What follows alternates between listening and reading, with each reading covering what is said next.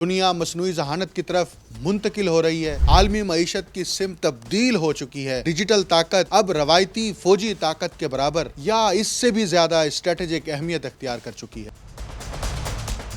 ہمارے پاس ایک بڑی کمی تھی، انویڈیا کے گرافک پروسیسنگ یونٹس۔ یہ ایک ایسی طاقت ہے جس نے چیٹ جی پی ٹی اور پوری اے آئی دنیا کو بدل کر رکھ دیا ہے۔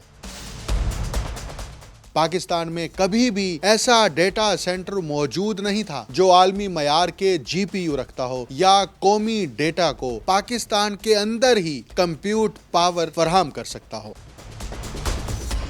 انویڈیا نے پاکستان جیسے ملک کو 3000 سے زائد جی پی یو کی فراہمی خصوصی طور پر منظوری دے دی۔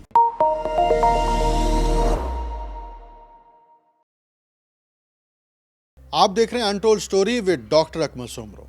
پاکستان اس وقت ایک ایسے تاریخی موڑ پر کھڑا ہے جہاں ٹیکنالوجی صرف ترقی کا ذریعہ نہیں بلکہ قومی سلامتی، معاشی خود مختاری، عالمی مقام اور ریاستی طاقت کے مستقبل کا بنیادی فیصلہ کن عنصر بن چکی ہے۔ دنیا مصنوعی ذہانت کی طرف منتقل ہو رہی ہے، عالمی معیشت کی سمت تبدیل ہو چکی ہے اور ڈیجیٹل طاقت اب روایتی فوجی طاقت کے برابر یا اس سے بھی زیادہ اسٹریٹجک اہمیت اختیار کر چکی ہے۔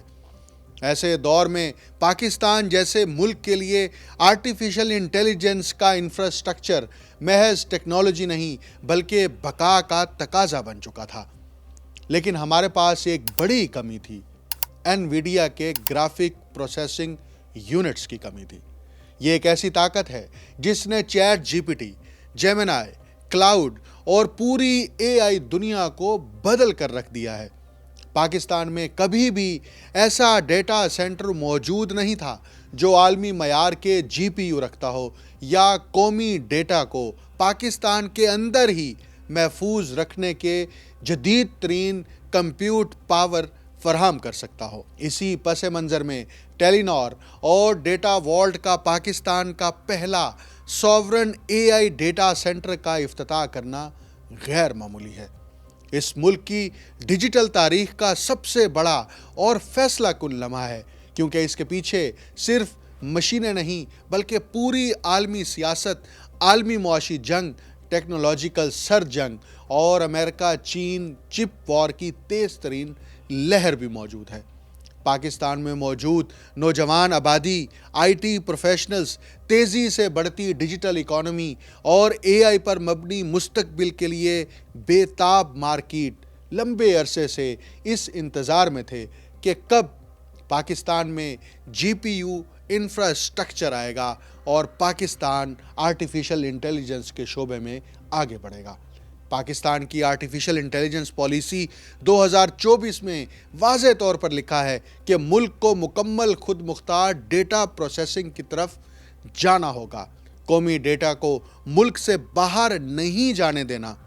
مگر مسئلہ یہ تھا کہ پاکستان انویڈیا کے ان ممالک کی فہرست میں شامل تھا جنہیں بآسانی چپ نہیں دی جا سکتی۔ امریکہ نے چین کے خلاف عالمی تجارتی جنگ میں انویڈیا کے بہترین اے آئی چپس کو سخت کنٹرول کر رکھا ہے، اور یہ کنٹرول اتنا سخت ہے کہ کئی ترقی یافتہ ممالک بھی ان چپس تک بآسانی رسائی نہیں پا سکتے۔ ان حالات میں یہ سوال اٹھتا ہے کہ آخر ایسا کیا ہوا کہ انویڈیا نے پاکستان جیسے ملک کو 3000 سے زائد جی پی یو کی فراہمی کی خصوصی طور پر منظوری دے دی، اور وہ بھی اس وقت جب امریکہ اور چین کے درمیان چپ وار دنیا کی سب سے خطرناک ٹیکنالوجیکل جنگ میں تبدیل ہو چکی ہے۔ یہاں سے کہانی دلچسپ، عالمی اور بہت گہری ہو جاتی ہے۔ انویڈیا دنیا کی سب سے قیمتی ٹیک کمپنی بن چکی ہے۔ اے آئی اور ڈیٹا سینٹرز کے شعبے میں اس کی اجارہ داری اس قدر ہے کہ آج ہر ملک، ہر ادارہ، ہر فوج اور ہر ٹیک کمپنی انہی جی پی یوز پر انحصار کر رہی ہے۔ امریکہ چاہتا ہے کہ یہ ٹیکنالوجی کسی ایسے ملک کے ہاتھ نہ لگے جو بالواسطہ یا بلا واسطہ چین کی اے آئی صلاحیت کو بڑھا سکے۔ یہی وجہ ہے کہ ان چپس کو انتہائی سخت قوانین کے تحت برآمد کیا جاتا ہے۔ پاکستان کو عام حالات میں یہ منظوری ملنا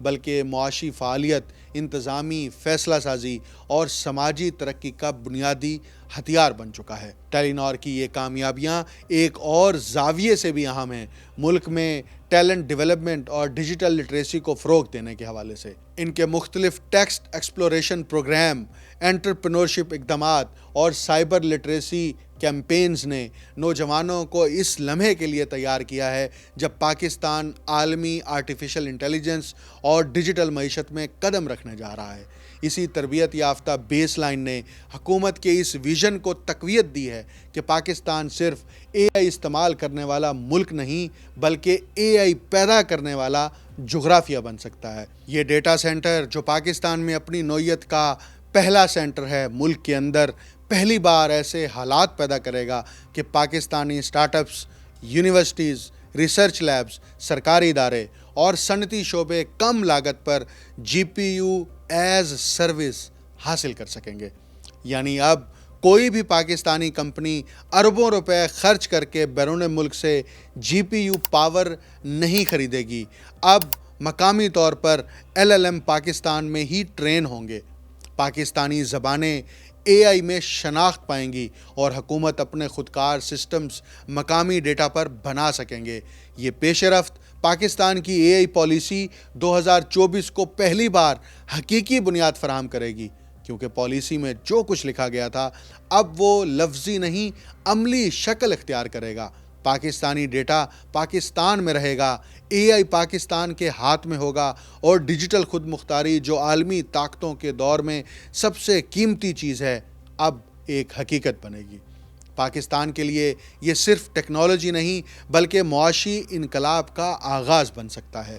ہر وہ شعبہ جسے طاقتور کمپیوٹنگ درکار ہے، جیسے صحت، فائنانس، ای کامرس، ٹیلی کام، زراعت، مائننگ، صنعتی پیداوار، حکومتی خدمات اور قومی سلامتی، اب براہ راست اے آئی ڈریون تبدیلی دیکھے گا۔ پاکستانی نوجوان پہلی بار عالمی معیار کے جی پی یوز تک رسائی حاصل کرے گا۔ پاکستانی سٹارٹ اپس، اے آئی کمپنیاں بیرون ملک کلاؤڈ پر نہیں چلیں گی بلکہ یہ اپنے ملک میں ہی چلائی جائیں گی۔ ریاست اپنی خودکاری، نگرانی، سیکیورٹی اور پیشگوئی کے تمام نظام کو بہتر اور مؤثر بنا سکے گا، اور سب سے بڑھ کر پاکستان عالمی اے آئی معیشت میں ایک نیا ابھرتا ہوا کھلاڑی بن سکتا ہے۔ یہ صرف ڈیٹا سینٹر نہیں، پاکستان کی اے آئی کی نشست ثانیہ ہے، اور انویڈیا کی منظوری وہ لمحہ ہے جس نے پاکستان کو پہلی بار عالمی ڈیجیٹل کھیل میں ایک باقاعدہ شرکت کا موقع دیا ہے۔ آخر میں بات صرف ٹیکنالوجی کی نہیں، اس اٹل ارادے کی ہے جو قوموں کو مستقبل کی صف اول میں لا کھڑا کرتا ہے۔ پاکستان اب صرف عالمی ڈیجیٹل انقلاب کا تماشائی نہیں بنے گا، وہ اس انقلاب کا نیا شریک کار بننے جا رہا ہے۔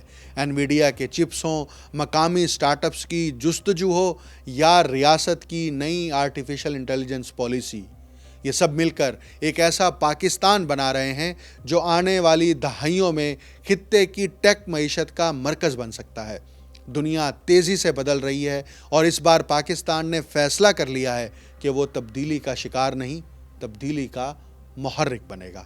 مجھے ڈاکٹر اکمل سومرو کو اجازت دیجیے۔ اللہ حافظ۔